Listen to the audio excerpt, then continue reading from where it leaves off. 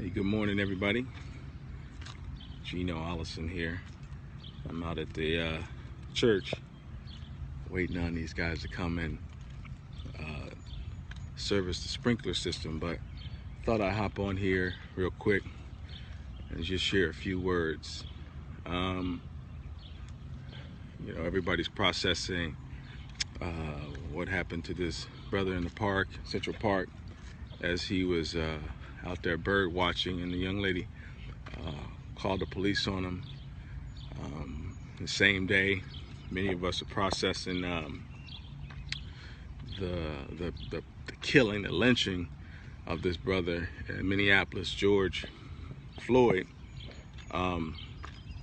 This officer is kneeling casually on his neck for 8-9 minutes, and he died.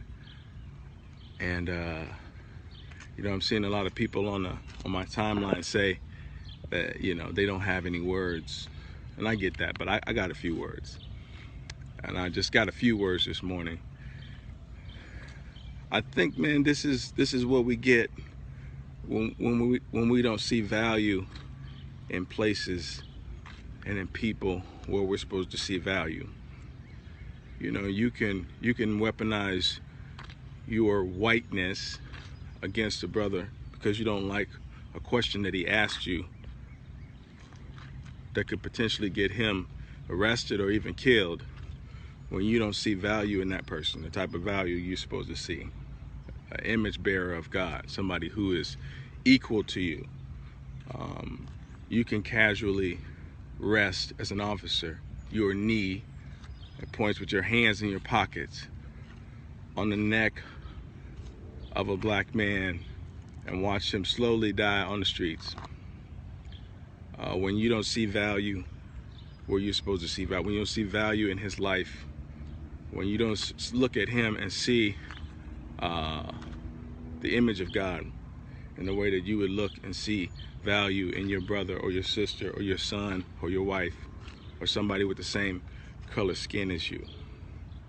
And so there's a whole lot of problems that lead to what we're experiencing now, and the pain that especially people of color are. There's a whole lot of problems, a whole lot of causes of these problems.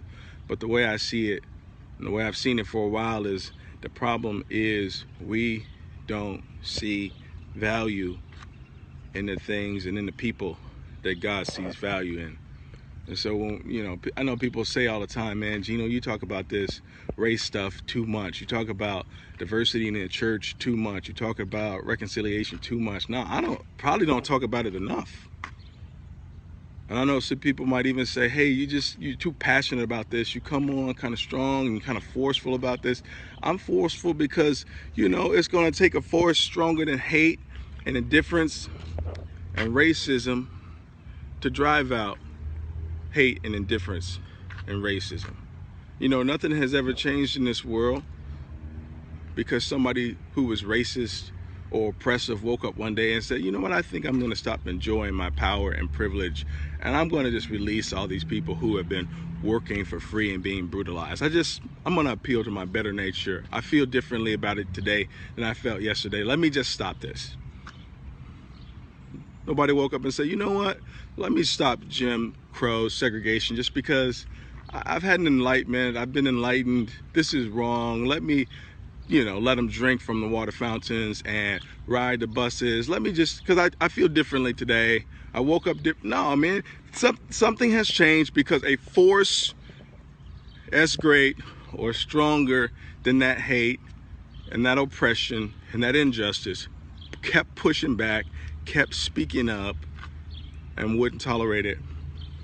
And voices and people who were called to speak and mobilize and act just wouldn't shut up, and they kept pushing back.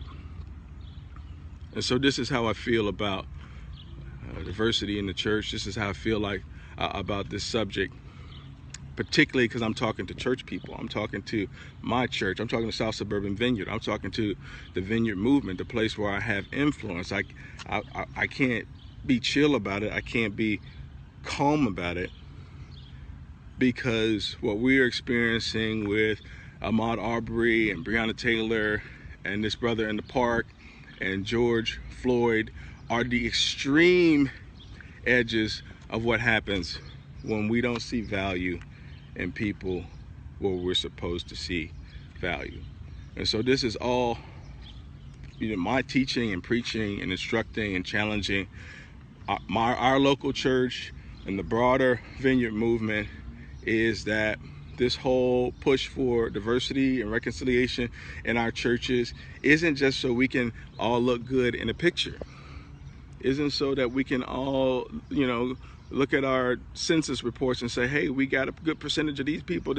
No, man, our local churches are institutes of higher learning, where we learn to love people that we didn't choose, where we learned to engage difference and see value in people and places and things and other ethnicities and cultures and generations and genders, so that when we go out into the world, we see value in different kinds of people, and so that those people are eligible to receive God's kingdom love and kindness and his mercy and his grace through us, so that the commission can be fulfilled and the gospel can be spread, not just to people who look like us or people who like us or who are like us, but to any and everybody.